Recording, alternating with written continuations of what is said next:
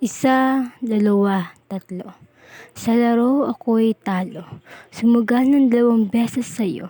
Iniwasan ng mga taong alam kong maganda at ayos ang trato. Kaya ko naman tanggapin. Kaya ko ding harapin. Ngunit bakit ang sakit pa din?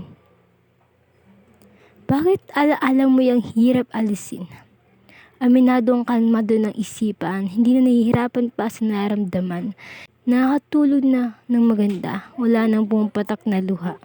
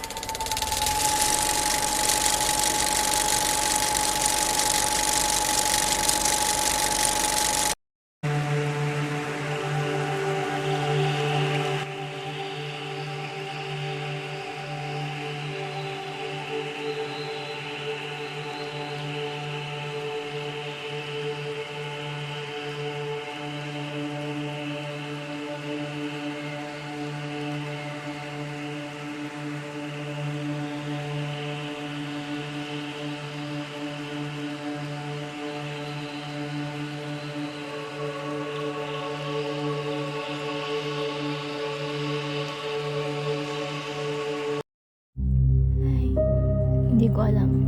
Hindi ko alam kung para saan tong ginawa ko, pero hi.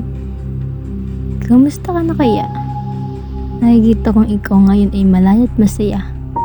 Hindi naman ako bitter sa buhay mo, no? I'm happy. Ikaw ang naging better, tas in-enjoy ang bawat oras at panahon. Pero, real talk, proud ako sa'yo. Hangang-hanga ako sa narating mo ngayon, kahapon at sa mga susunod na bukas.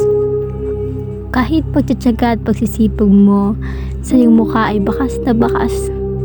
Okay na naman ako, kagaya mo. Just go in the flow ang takbo. Tulog, kain, tawa, at kulitan sa school o sa room.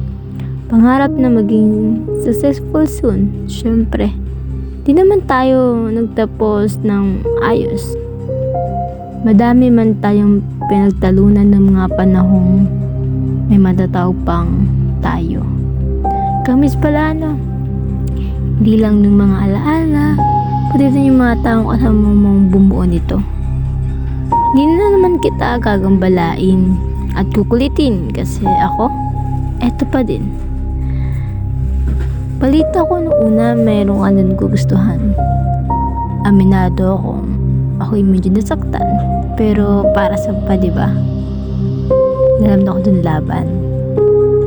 Balita ko nakusad ka na.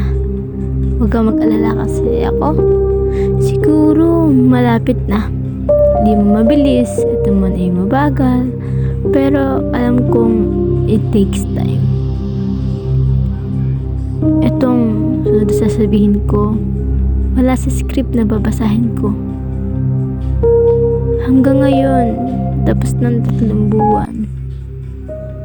3 buwan ng linggo na nakakaraan. Di ko maintindihan. Bakit? Bakit ikaw pa rin? Paano ba? Kaya kong umahon. Pero ba't parang may humihila sa akin pabalik sa'yo? Siguro, kaunting panahon pa. Kaunting na lang. Ako'y makakawala na. Sa kulungang ako din sigurong gumawa. Nararamdaman ko na malapit na ako makahinga na maluwag at malaya. Ngunit hanggat maaari, hanggat hindi pa yun nangyayari, maaari ba akong umibig sa'yo ng palihim?